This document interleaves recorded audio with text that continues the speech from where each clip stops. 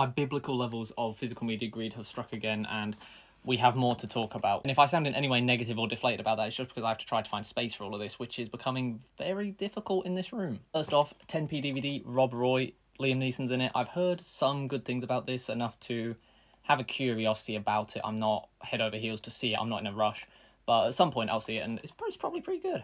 I upgraded my DVD of Bridesmaids to a Blu-ray. I think this is hilarious. I don't know what the consensus is on this film, but I've always thought that this is interesting as kind of a mockery of the modern rom-com. Another one I haven't seen, Guy X. I picked this up just because it's a tartan DVD. They release interesting films. They're not always great, but a lot of them are, and so it just becomes a bit of a lottery that at this point I'm willing to play. Great Escaper, I figured that my mum would like this, and it was Michael Caine's final role before he retired, which also adds some curiosity to me. It's probably fluff, but I'll give it a try. John Milius's Farewell to the King. I'm a little bit upset that this doesn't come with subtitles. I have to imagine that the transfer on this DVD is also probably quite poor, but I just never can find this film, and I really like John Milius as a director. I really like Nick Nolte as an actor, so again, it was just one of those that was cheap, so why not? If you've seen a few of my videos, you've probably heard me mention Bruce Springsteen. Really excited to read this. I didn't even know he'd written a memoir, so as you can imagine, I'm very excited to read that when I get some time. Who Framed Roger Rabbit with Bob Hoskins. I know this is a classic. I've seen it once a few years ago, and I remember it quite well, but I would love to rewatch it just for that film noir and cartoon mix. I think that's great. And also Terry Gilliam's 12 Monkeys. This was a lucky find. I feel like you never see 12 Monkeys around that much, especially on Blu-ray, so again, that was just £1. Mad Max on 3D Blu-ray with the normal Blu-ray in it, and it's still sealed. Again, just £1. I only had this on DVD before, so you can imagine I'm really excited to rewatch that, especially on Blu-ray. I don't know if I'll watch it on 3D. I don't have a 3D TV,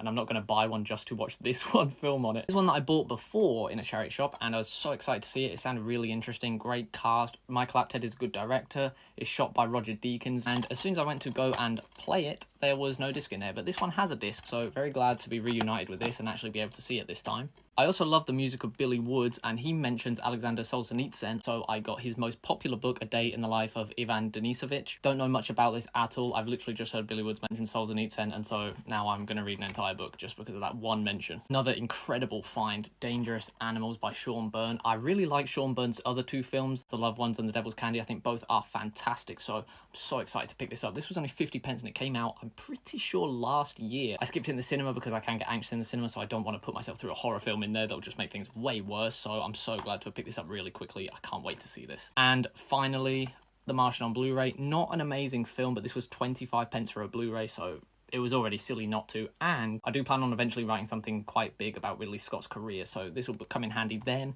It's a good film, just not quite a great one in my opinion.